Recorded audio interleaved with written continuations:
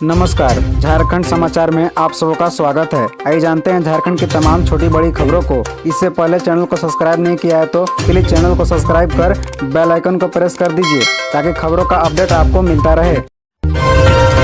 राज्य समन्वय समिति की बैठक। सरना धर्म कोड लागू करने का आग्रह को लेकर उच्च स्तरीय कमेटी राष्ट्रपति से करेगी मुलाकात। बता दें कि हेमंत सोरेन की सरकार तमाम अड़चनों के बाद भी बेहतर काम कर रही है। इस सरकार ने जनता के हित में कई काम किए, कई बेहतरीन निर्णय भी लिए हैं। कुछ निर्णय अगर धरातल पर उतर जाए तो इस राज्य के लिए ऐतिहासिक साबित होता है, लेकिन भारतीय जनता पार्टी के पेच ने जनभावनाओं को भी ध्यान में नहीं रखा। स्थानीय नीति, आरक्षण, नियोजन नीति आदि को लेकर बनाई गई नीतियों पर भाजपा का जो रवैया है वह ठीक नहीं है। कल सांसद और राज्य समन्वय समिति के अध्यक्ष शिबू सोरेन की अध्यक्षता में राज्य समन्वय समिति की पहली औपचारिक बैठक हुई। इस बैठक के बाद मीडिया से मुखातिब हुए समिति के सदस्य विनोद पांडे तथा प्रदेश कांग्रेस अध्यक्ष राजेश ठाकुर ने उक्त बातें कही। उन्होंने कहा कि हेमंत सोरेन की सरकार जनहित में लगातार काम कर रही है, पर विपक्ष दल भाजपा का आचरण ठीक नहीं है। प्रदेश कांग्रेस महासचिव का सांसद निशिकांत पर पलटवार। प्रदीप यादव पर छापा राजनीति से प्रेरित। सांसद इतनी ईमानदार तो बताएं 40 करोड़ का विवाह मंडप अब तक क्यों नहीं बना। दरअसल आपको बता दें कि सांसद निशिकांत दुबे का देवघर में दिए गए बयान से यह स्पष्ट हो गया है कि कांग्रेस विधायक दल के उप नेता प्रदीप यादव के घर आयकर एवं ईडी का छापा पूरी तरह राजनीति से प्रेरित है। यह 2024 के चुनाव की तैयारी का हिस्सा है, क्योंकि जिस प्रकार सांसद प्रेस के माध्यम से ईडी के अधिकारियों को निर्देश दिया है, यह साफ प्रतीत होता है कि निशिकांत दुबे एवं पूरी भाजपा में बेचैनी किस प्रकार हावी है। ये बात प्रदेश कांग्रेस महासचिव सह प्रवक्ता राकेश कुमार सिन्हा ने कही। बता दें कि गोड़ा सांसद निशिकांत दुबे के बयान पर प्रदेश कांग्रेस महासचिव राकेश कुमार सिन्हा ने कहा कि विधायक प्रदीप यादव के यहाँ छापे के बाद 2.12 लाख एवं 12,000 रुपए मिला, जो विधायक का आय का हिस्सा है। लेकिन सांसद निशिकांत दुबे को कांग्रेस से डर सता रही है कि कहीं 2024 में राज्य में उनका कुनबा पूरी तरह से साफ न हो जाए, इसलिए कांग्रेस के विधायक के साथ सांसद संबंध स्थापित कराने पर ईडी का दबाव बना रहे हैं।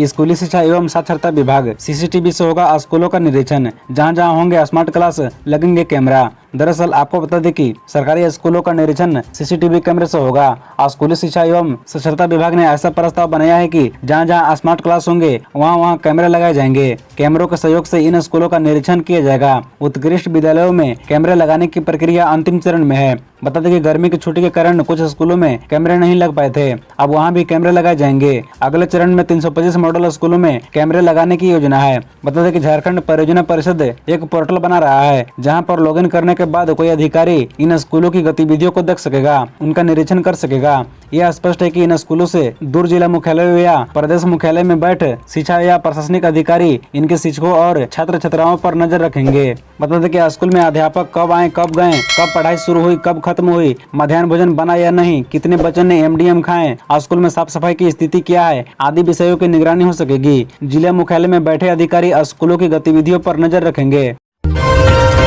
गोविंदपुर अंचल कार्यालय में एसीबी की कार्रवाई। मालगुजारी जमा करने के एवज में हेड क्लर्क ने मांगी थी रिश्वत, रंगे हाथे हुए गिरफ्तार। दरअसल झारखंड में भ्रष्टाचार दिन ब दिन बढ़ता जा रहा है। सरकारी कर्मचारी और अधिकारी अब खुलेआम रिश्वत मांग रहे हैं। ऐसे ही एक घटना धनबाद जिले के गोविंदपुर अंचल कार्यालय में हुई, जहां 28 एकड़ जमीन की मालगुजारी जमा करने के एवज में हेड क्लर्क ने रिश्वत मांगी, जिसके उपरांत जमीन मालिक ने इसकी शिकायत एसीबी से कर दी। जिसके बाद शनिवार को एसीबी टीम ने शिकायतकर्ता गोविंदपुर डोमन डी निवासी सनातन हेम्ब्रम के साथ मौके पर पहुंची और जाल बिछाकर गोविंदपुर अंचल कार्यालय के हेड क्लर्क रामानंद प्रसाद को 15,000 रुपए रिश्वत लेते रंगे हाथ दबोच लिया। शिकायतकर्ता सनातन हेम्ब्रम ने बताया कि 28 एकड़ जमीन के मालगुजारी जमा कराने के एवज में गोविंदपुर अंचल कार्यालय के हेड क्लर्क रामानंद प्रसाद ने रिश्वत के तौर पर 10,000 रुपए प्रति एकड़ की दर से 2.80 लाख रुपए की मांग की, जिसके बाद धनबाद स्थित भ्रष्टाचार निरोधक ब्यूरो कार्यालय में शिकायत किया।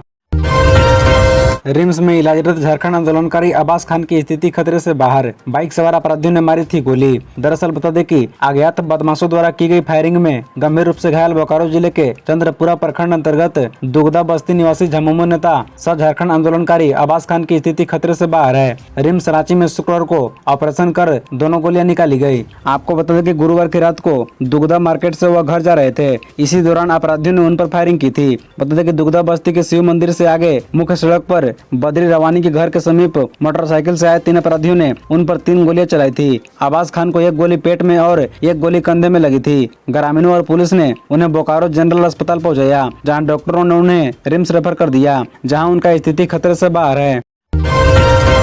कितना असरदार रहा बंद का पहला दिन। दरअसल बता दें कि झारखंड बंद समर्थक अहले सुबह खतगड़ा बस स्टैंड पहुंचे। यहाँ छात्र नेता देवेंद्र नाथ महतो के द्वारा लोगों से आग्रह कर बसों का परिचालन बंद करवाया और अपने विरोध में समर्थन मांगा।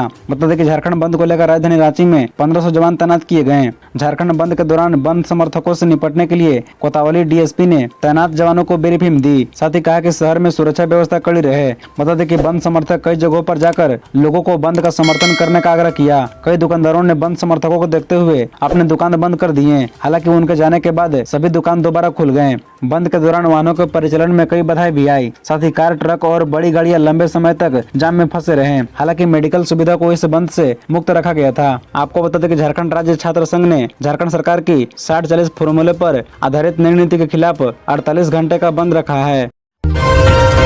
अवैध अंग्रेजी शराब की मिनी फैक्ट्री का खुलासा, सरगना समेत 6 अरेस्ट। बिहार में करते थे शराब की बिक्री। दरअसल बता दें कि कोडरमा के जयनगर थाना क्षेत्र के KTPS 4 लेन स्थित पंकज कुमार यादव पिता रामेश्वर यादव के नए मकान में चल रही अवैध अंग्रेजी शराब की मिनी फैक्ट्री का पुलिस ने उद्भेदन किया है। पुलिस ने इस मामले में मुख्य सरगना सहित 6 लोगों को गिरफ्तार किया है। मौके पर भारी मात्रा में स्टिकर, बोतल सील करने का कॉक, स्पिरिट, अंग्रेजी शराब बनाने का रंग पाउडर, केमिकल लिक्विड व बोतल बरामद किया गया है। बता दें कि गिरोह का सरगना पंकज कुमार यादव बताया जाता है। गिरफ्तार आरोपियों ने बताया कि यहां नकली शराब बनाकर राजौली नवादा के रास्ते बिहार भेजी जाती थी। जिस दिन कोडरमा जिले में शराब की दुकानें बंद रहती थी, उस दिन अपनी दुकान के माध्यम से भी इलाके में शराब बेचते थे। पुलिस ने मामले में आवश्यक पूछताछ व कार्रवाई के बाद आरोपियों को न्यायालय में प्रस्तुत किया, जहाँ से उन्हें जेल भेज दिया गया।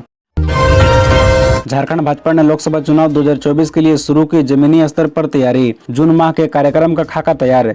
दरअसल भाजपा ने 2024 के चुनाव को लेकर जमीनी स्तर पर तैयारी शुरू कर दी है। पार्टी के केंद्रीय मंत्री और सांसद से लेकर राष्ट्रीय पदाधिकारी और प्रदेश की टीम को झोंक दिया है। सांसदों को अपने संसदीय क्षेत्र में विशेष रूप से कैंप करना है। वहीं केंद्रीय मंत्री और प्रदेश के बड़े नेताओं को दूसरे राज्यों का भी जिम्मा दिया गया है। बता दें कि पहले चरण में भाजपा ने पूरे जून महीने का खाका तैयार किया है। राज्य के केंद्रीय मंत्री अर्जुन मुंडा और अन्नपूर्णा देवी को अपने अपने संसदीय क्षेत्र में कार्यक्रम में शामिल होने के साथ साथ दूसरे राज्यों में पार्टी के बड़े कार्यक्रमों में हिस्सा लेना है। बता दें कि केंद्रीय मंत्री अर्जुन मुंडा ओडिशा के जाजपुर, क्योंझर और भद्रक जाएंगे और श्रीमती अन्नपूर्णा देवी यूपी के जौनपुर, घोसी व गाजीपुर में सांगठनिक गतिविधियों और कार्यक्रमों में शामिल होगी। केंद्रीय मंत्रियों को अपने अपने क्षेत्र में बड़े कार्यक्रम में शामिल होना है। इधर पार्टी के सांसदों को जून महीने में संसदीय क्षेत्र में डटे रहने के लिए कहा गया है।